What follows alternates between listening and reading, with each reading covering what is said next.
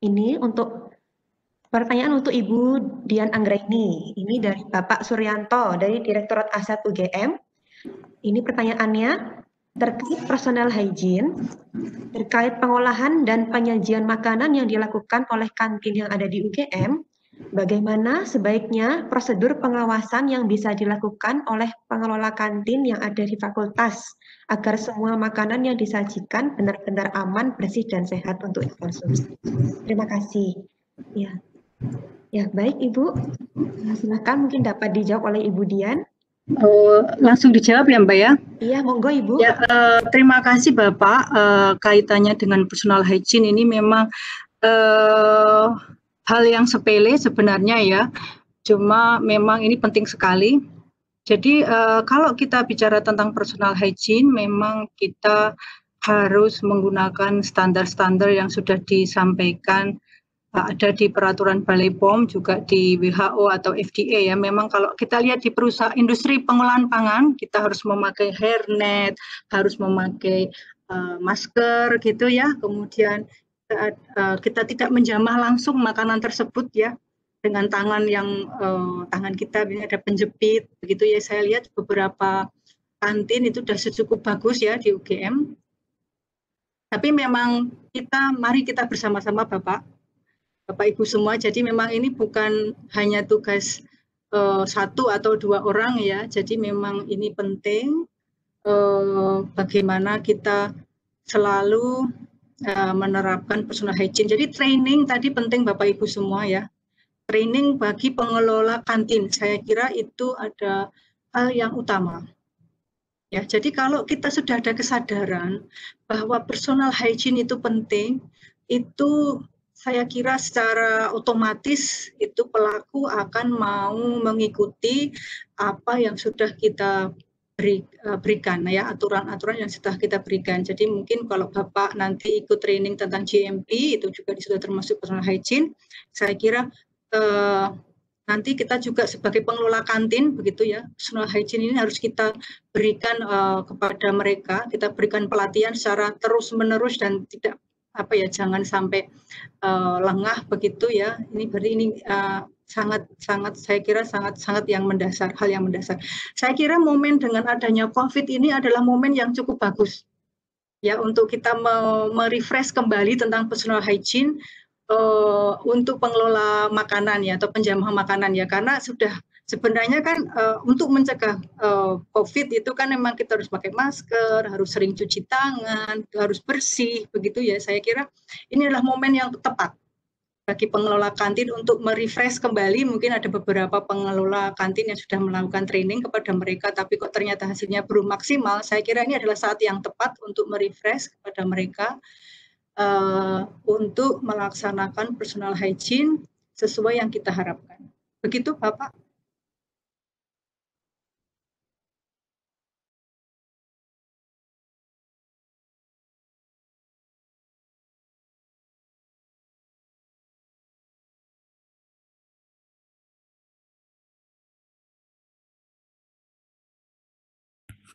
Cek. Santi, bisa dilanjutkan ke pertanyaan selanjutnya? Cek.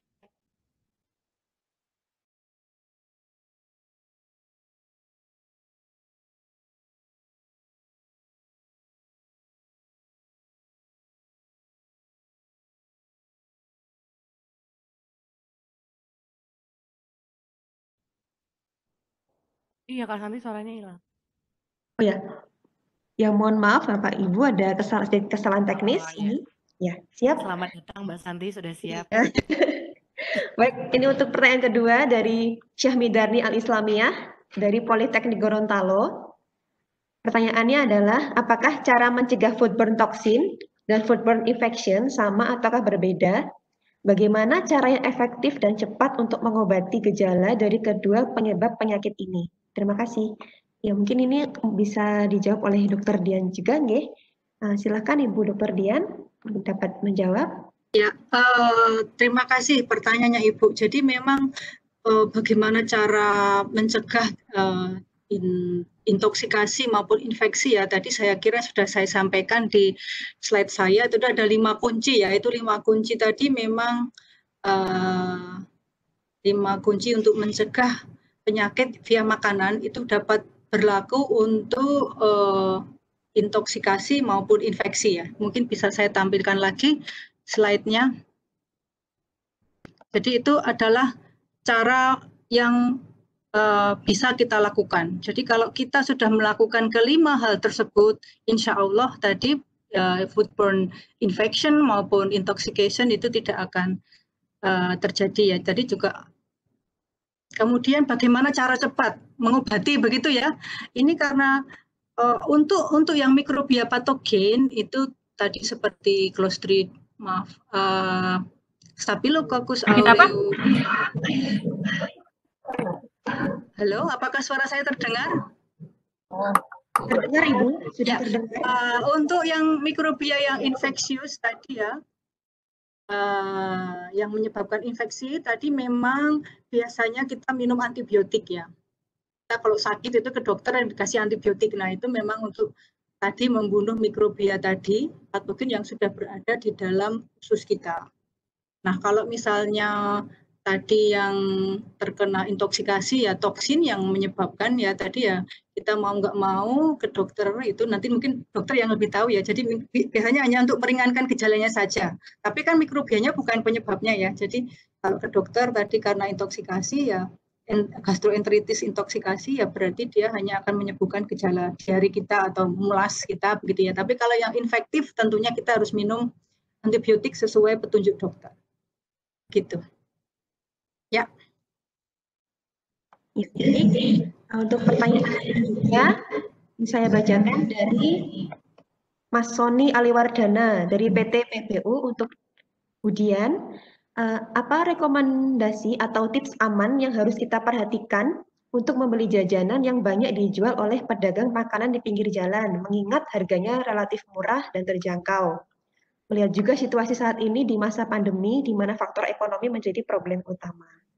Ya.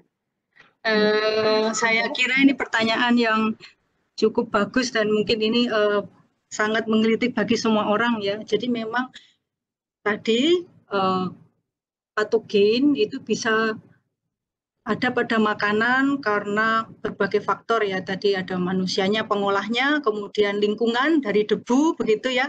Kemudian peralatan. Nah, kalau misalnya mau jajan itu kita lihat dulu apakah ya memang ada di pinggir jalan itu banyak debu ya. Saya kira itu memang harus kita ubah ya kebiasaan kita ya untuk jajan di pinggir jalan. Apalagi kalau tempat-tempatnya yang sangat ramai, banyak orang berlalu lalang itu saya kira perlu dihindari ya.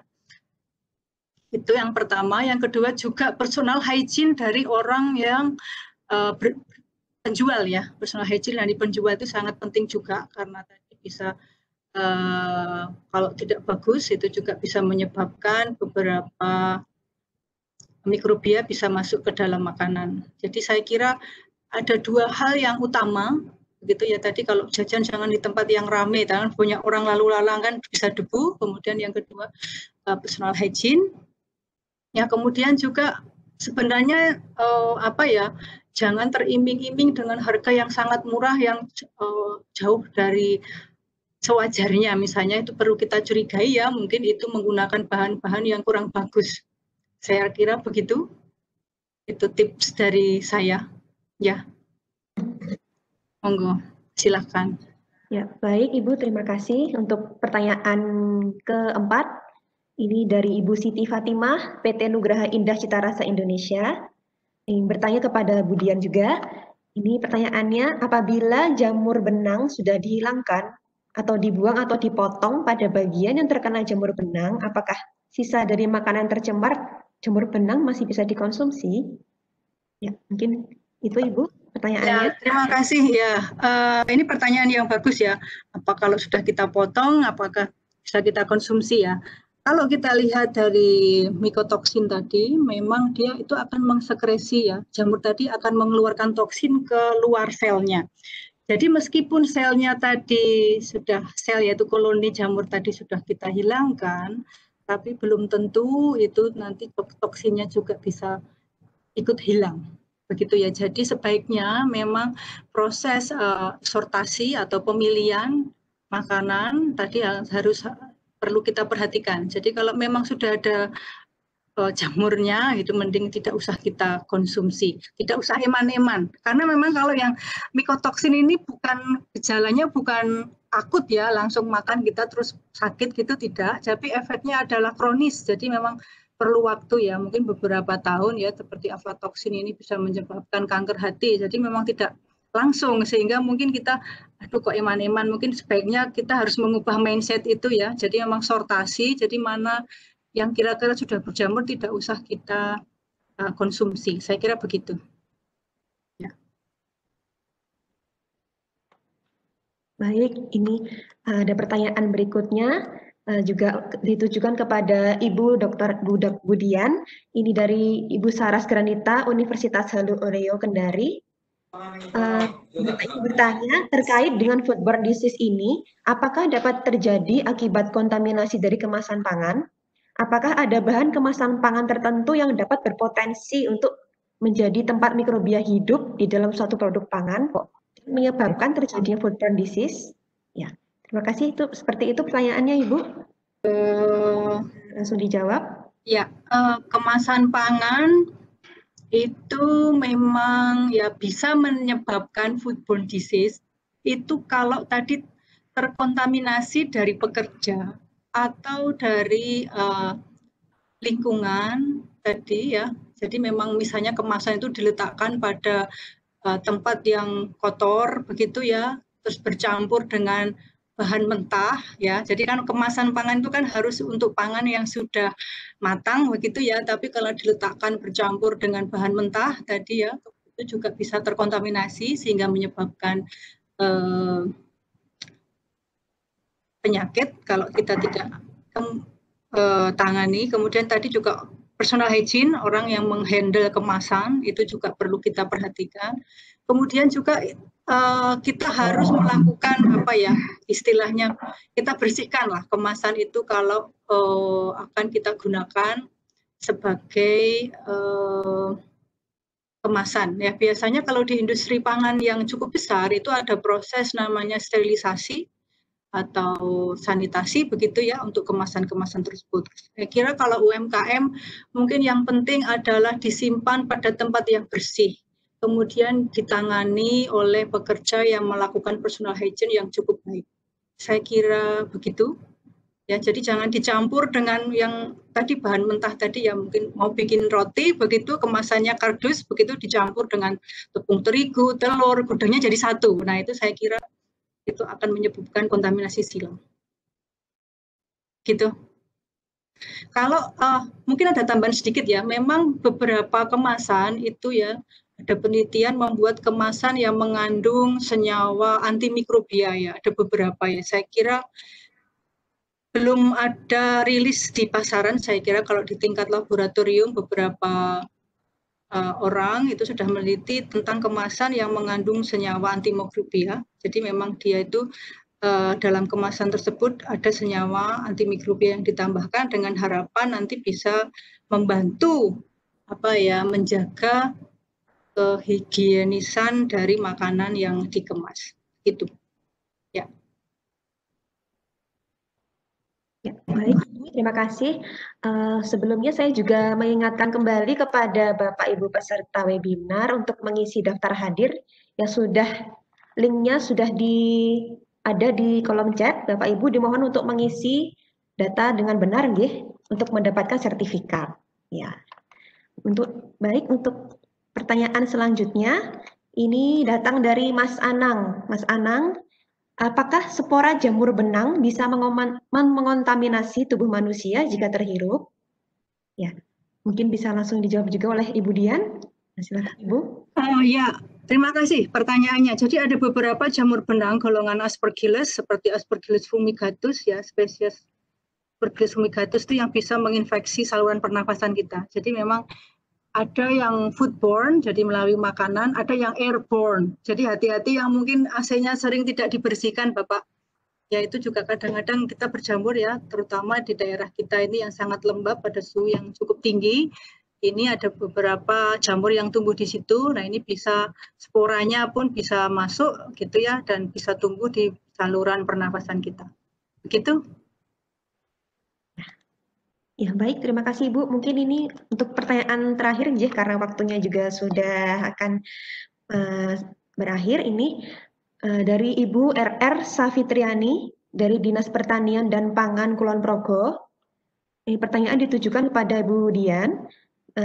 Pertama, bagaimana cara mengetahui seseorang itu keracunan makanan karena mikrobia dan bukan karena penyakit lain, sedangkan gejalanya sama. Lalu yang kedua, apabila produk makanan itu terkontaminasi oleh mikrobia yang berbahaya atau yang mengeluarkan toksin, apakah rasa dari makanan tersebut berubah? Baik, mungkin dapat dijawab oleh Ibu Dian.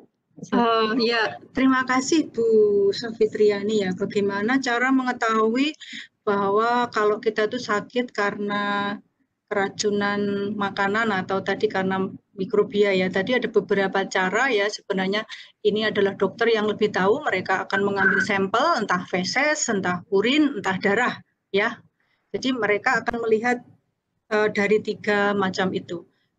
Ya, kemudian juga kalau misalnya tadi aflatoksikosis atau mikotoksikosis, mereka akan mengecek darah, tadi SGUT, SGPT juga itu terjadi pada hepatitis A, mereka akan mengecek itu. Jadi memang dokter yang akan memutuskan ini, tapi ada 3 hal yang biasanya akan dicek, yaitu feses, urin, dan darah. Kemudian yang kedua itu, mohon maaf Mbak, saya agak lupa tadi Mbak, yang kedua apa Mbak? Yang kedua, ini pertanyaannya, apabila produk makanan itu terkontaminasi oleh mikrobia yang berbahaya atau yang mengeluarkan toksin, apakah rasa dari makanan tersebut berubah? Ya, Gitu. jadi ada beberapa mikrobia patogen ini jika ada pada makanan itu biasanya tidak bisa kita deteksi secara sensoris ya. Rasanya ya kalau karena pembusukan itu bisa kita lihat ada perubahan rasa, tapi kalau patogen ini tidak.